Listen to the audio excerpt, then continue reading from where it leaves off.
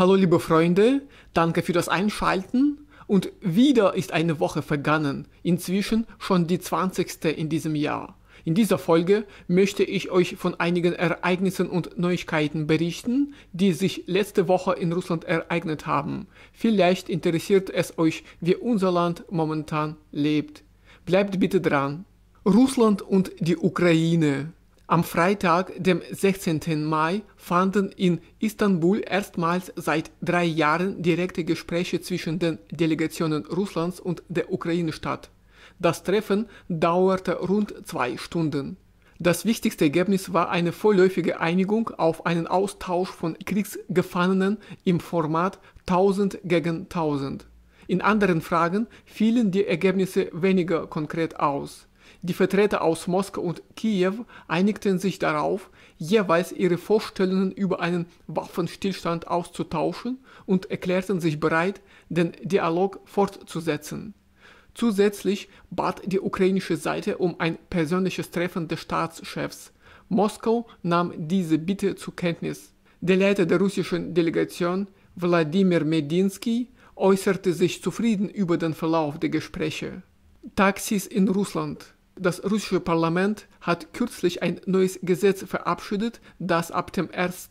März 2026 Folgendes vorschreibt. Im Taxibetrieb dürfen nur noch Autos eingesetzt werden, die in Russland produziert wurden, etwa von Lada, Moskvich oder Evolut.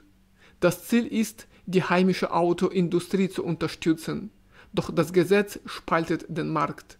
Die Wirtschaft warnt vor einer massiven Abwanderung von Fahrern, während Fahrgäste steigende Preise befürchten. Die Taxigewerkschaft äußerte ernsthafte Bedenken. Das Gesetz enthalte strenge Anforderungen an Taxifahrzeuge, bietet aber keine Unterstützung oder Vorteile für die Fahrer. Ein Vertreter der Gewerkschaft warnte vor einem Anstieg illegaler Fahrdienste, da viele selbstständige Fahrer, die bislang mit ihren privaten Autos legal unterwegs sind, es sich einfach nicht leisten können, ihre Fahrzeuge gegen ein russisches Modell auszutauschen. Kinderlose und Steuern. Die russische orthodoxe Kirche ist der Meinung, dass Familien mit Kindern aktiver unterstützt werden sollten, durch steuerliche Vorteile für Eltern.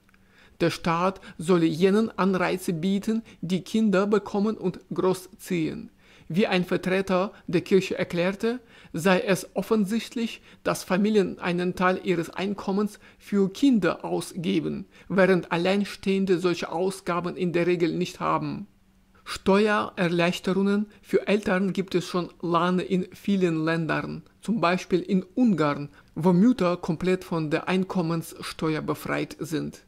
Eine solche positive Maßnahme wäre auch in Russland denkbar. Frühere Vorschläge, eine Steuer für kinderlose Menschen über 40 Jahre einzuführen, wurden jedoch nicht umgesetzt.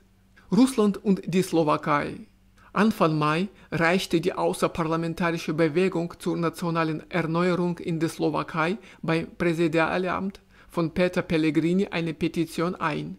Sie forderten ein Referendum über die Abschaffung der Sanktionen gegen Russland.